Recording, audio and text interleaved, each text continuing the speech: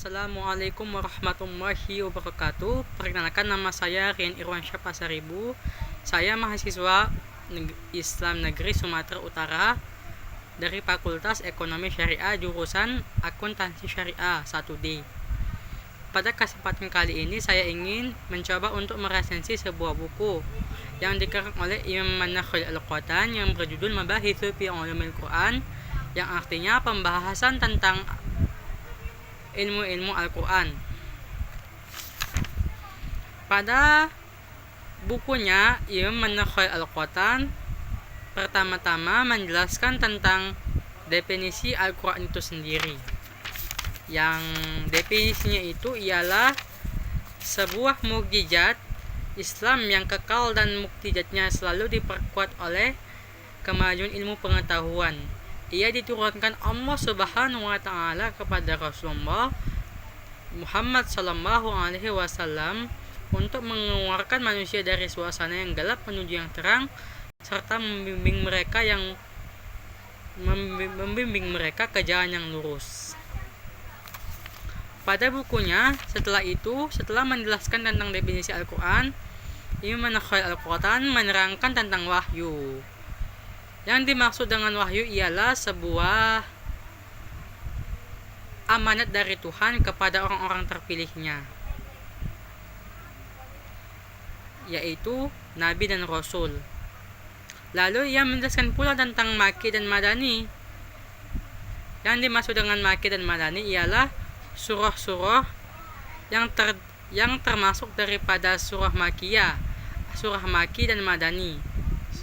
Makki artinya ialah surah-surah yang diturunkan di kota Makkah, dan Madani ialah surah-surah yang diturunkan di kota Madinah.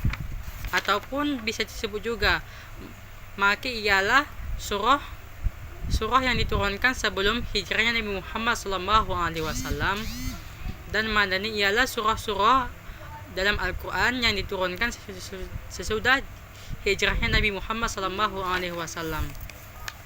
Lalu ia pula menjelaskan tentang pengetahuan mengenai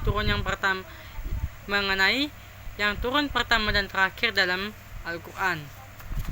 Lalu menjelaskan pula tentang asbabun nuzul. Asbabun nuzul itu ialah sebab-sebab turunnya Al-Quran, sebab-sebab turunnya ayat. Ada beberapa ayat yang secara khusus mempunyai sebab-sebab turunnya. Yang selanjutnya ia menjelaskan tentang turunnya Al-Quran sendiri, yang dapat berupa sekaligus atau secara bertahap. Lalu menjelaskan pula pengumpulan penertiban Al-Quran, yang dari setelah masa Nabi ataupun setelah masa kepemimpinan Nabi, yaitu pada masa 4 khalifah besar dalam Islam dan setelahnya pula. Lalu menjelaskan pula tentang turunnya Al-Quran dengan 7 huruf, yang diantaranya itu terdapat perdebatan mengenai maksudnya. Salah satu yang terkenal pendapatnya ialah qiraat Al-Quran itu diturunkan dengan 7 huruf itu maksudnya ialah qiraatul Quran dan para ahlinya. Mengenai qiraatul Quran, 7 qiraat dalam membaca Al-Quran. Lalu ia pula menjelaskan tentang kaidah-kaidah yang diberikan oleh para mufasir, seperti dhamir, ta'rif, mufrad dan jama', lafaz fa'ala, lafaz kana, lafaz kada, lafaz ja'ala, lafaz la'ala, dan lafaz asa. Lalu ia menjelaskan pula mengenai perbedaan muhkam dan mutasyabih. Ayat-ayat muhkam ialah ayat yang mudah dipahami oleh orang biasa dan tanpa perlu dijelaskan kembali oleh para ulama. Sedangkan ayat mutasyabih ialah ayat-ayat yang samar ataupun pengertiannya itu dapat menuju ke berbagai hal yang memerlukan takwil yang baik dari para ulama.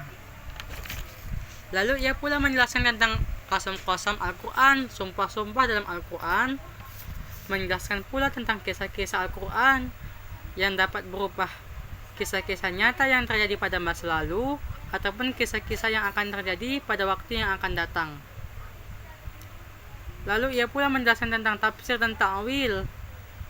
Lalu menjelaskan pula tentang pertumbuhan dan perkembangan tafsir pada masa Nabi dan sahabat, pada masa tabi'in, dan pada masa pembukuan dengan terbitnya tafsir bil ma'sur dan tafsir bil ra'yi. Lalu ia pula menjelaskan tentang kitab-kitab tafsir yang terkenal sebagai rujukan dalam mentafsirkan ayat-ayat Al-Quran. Lalu pada akhirnya ia menjelaskan tentang riwayat-riwayat hidup mengenai beberapa mufasir. Di antaranya ialah Ibnu Abbas, Mujahid bin Jabar, At-Tabari, Ibnu Katsir, Fakhruddin Ar-Razi, dan Az-Zamakhsyari. Dan sekian itulah hasil daripada resensi saya pada buku mengenai pembahasan tentang studi-studi ilmu Al-Quran oleh Imam Manakhal Al-Qatan. Apabila ada kekurangan, saya mohon maaf. Wabillahi taufiq wal hidayah. Wassalamualaikum warahmatullahi wabarakatuh.